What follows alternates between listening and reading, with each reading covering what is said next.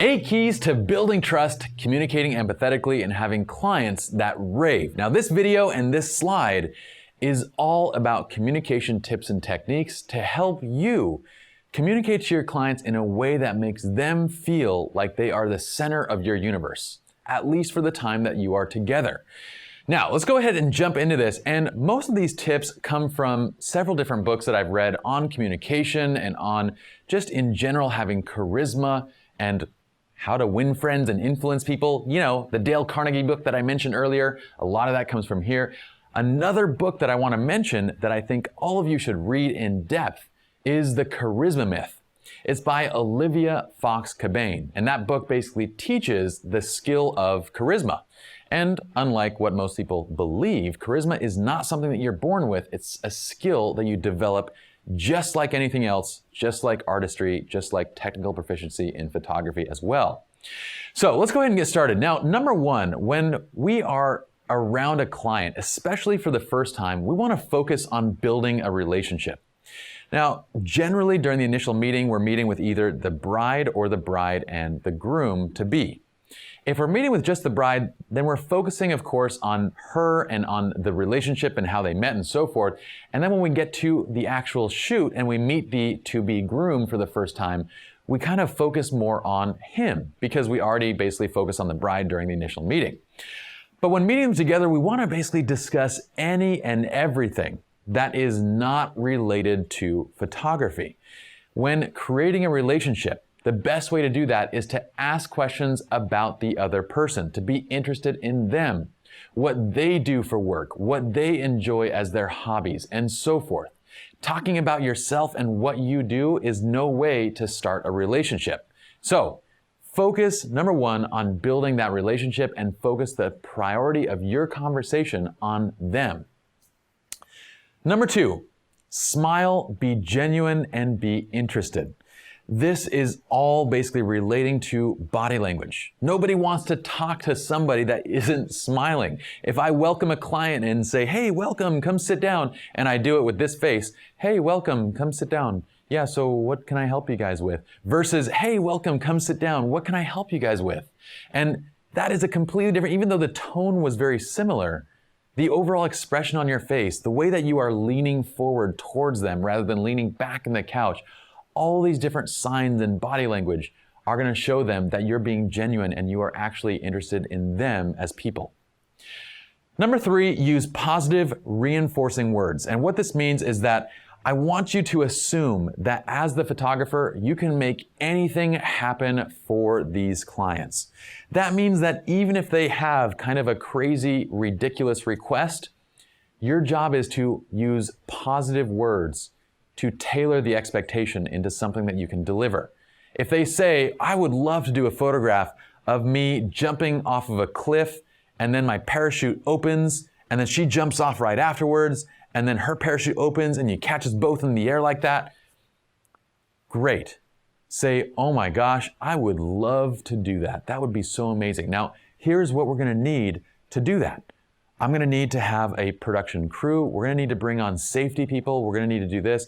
We will need to expand the portrait budget from around $1,000 or $1,500 to probably around $10,000 to $20,000, but we can totally do that. I would love to do that for you. I didn't tell them no. What I did was tell them how we could actually do it. And most likely the $10,000 to $20,000 budget consideration is gonna tell them that that is something unrealistic and they themselves will change their mind. Likewise, when you're talking about things that are going to happen, so for example, they haven't yet booked you, right? Because this is the initial meeting. So rather than saying things like, if you book me, if I shoot the wedding, say, when you book me, or when we get to the wedding, I wanna do this. When we do this, I'm gonna do this. Speak in terms that are positive and reinforcing and that state you in the position of being their photographer. Assume it has already happened that you are going to be their photographer. Okay, number four is to ask targeted questions. One of the best ways to understand them as people and who they are and their needs is to simply ask targeted questions. Now, this could be, once you get to the photography side, things like, what do you like about our work? Really, can you tell me more about that? What brought you to our studio? That's fantastic. Oh, that wedding coordinator referred you? I love working with her. How has your experience been so far in the planning process? What can I help you with? Those things are questions that are targeted, that are going to get me information to help tailor my message. Now, of course, early on in the relationship, during that initial building a relationship phase, we're talking about them. The questions are more relating to, that's so amazing. How did you guys meet? Congratulations. Oh my gosh. What did you do for the proposal? Tell me about these stories. Notice that my questions in general are going to be open-ended questions. I don't ask questions like, do you guys like going to the movies? That's a yes or no question. I want them to tell stories with each question. So ask open-ended questions. Number 5, talk less and listen more. You need to stop talking to allow clients to express their needs, to express their interests.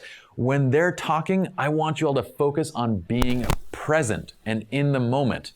Don't be thinking about the next thing that you want to say. This is, again, one of those things that those that are inexperienced in terms of doing sales meetings and coming into the studio and booking, they have this tendency to, when the client says, you know, I really love cars, and right when they go, the photographer goes, oh my gosh, I love cars too. I love this car. I have this.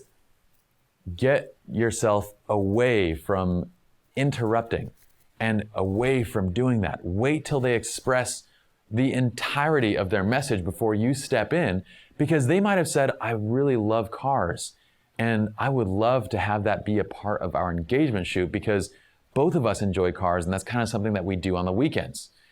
But the fact that you interrupted them makes it so you never get to that entire piece where you're going to be planning an engagement session around that feature. This is what happens throughout entire meetings, and I've sat in with associate photographers who do this.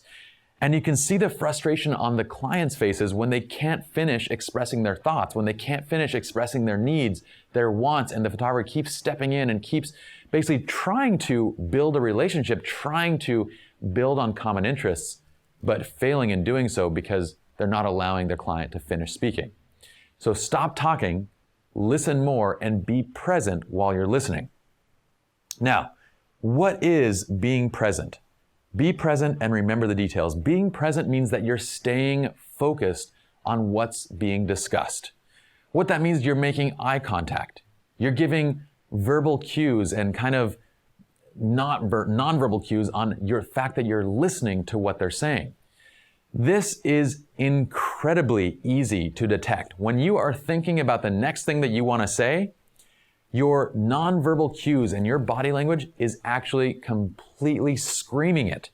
It's so easy to see because you're not present in the moment, and I can see it in people's eyes. I can see it in their posture. I can see everything. When I'm speaking to somebody and they're not listening to me, it is very noticeable, and it's a complete turnoff. So be present and remember the details. Some of the most basic details that photographers constantly forget during a meeting, during talking to somebody, is names. When a client walks into the door, again, How to Win Friends and Influence People, it talks about scientifically the word that I, that you, that all of us want to hear the most, the word that we like the most in any language is our own name. When a client comes in, speak to them and reference them by name. Don't say things like, you guys. I get into this habit too. You guys this. I make sure at the end of the meeting, though, that regardless of what has been said, I say, Dane and Jessica, it's been so great meeting you. Jessica, oh my gosh, you guys are going to be so amazing in front of the camera. Dane, dude, you are an incredible actor. You're so funny. I can't wait to photograph your engagement session, to photograph your shoot. I make sure they know that I know who they are as individuals, and I remember the details. Other things that people commonly forget, dates, the date of the wedding. When you're getting married again, come on. If it's information that you should know that they've already given to you, remember it. Show that you are present and that you remember these details that are so important to being their photographer and the person that they are relying on. Number 7, resolve needs, wants, and concerns. Now, whether you're in an initial meeting or whether you're at a shoot, these things are going to always come up. What we're trying to do is build trust throughout the relationship. A concern could come up in the initial meeting. A concern could come up anywhere along the phase. I've heard all sorts of different kinds of concerns. You know what? One of the most common concerns that I ever hear, one of the most common things that people tell me is, we are absolutely terrible in front of the camera. We are not good at posing and direction. Now, this is the funny thing. Again, talk less, listen more. When they say something like, we are terrible in front of the camera, we just don't do well with posing, don't jump in and go, oh, no, I'm going to take care of that for you. I'm going to help pose you. I'm going to do all those things. Let them finish speaking, because what they might end up doing is saying things like what Dane said. Dane actually told me, he said that they need guidance in front of the camera. And he said that he wants to basically have a very casual kind of friendship with the photographer, that he wants to be with somebody that's kind of more down to earth. Had I interrupted him, he wouldn't have gone into this entire story where he told me a story of this other photographer taking pictures of him for headshots and being all in his face and being all just too intense. And he told me of yet another photographer who took his pictures, who was kind of all bro and kind of like making jokes that are inappropriate and so forth. Those were key moments that just by simply not talking, I was able to learn about. And then at the very end, I was able to say to him that, you know, this is going to be very different from that. The way that I shoot, the way that we interact is going to be very much like this initial meeting.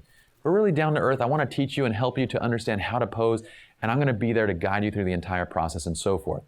So again, all of these points of talking less and listening, understanding, is going to help you to identify needs, wants, and concerns and to resolve them.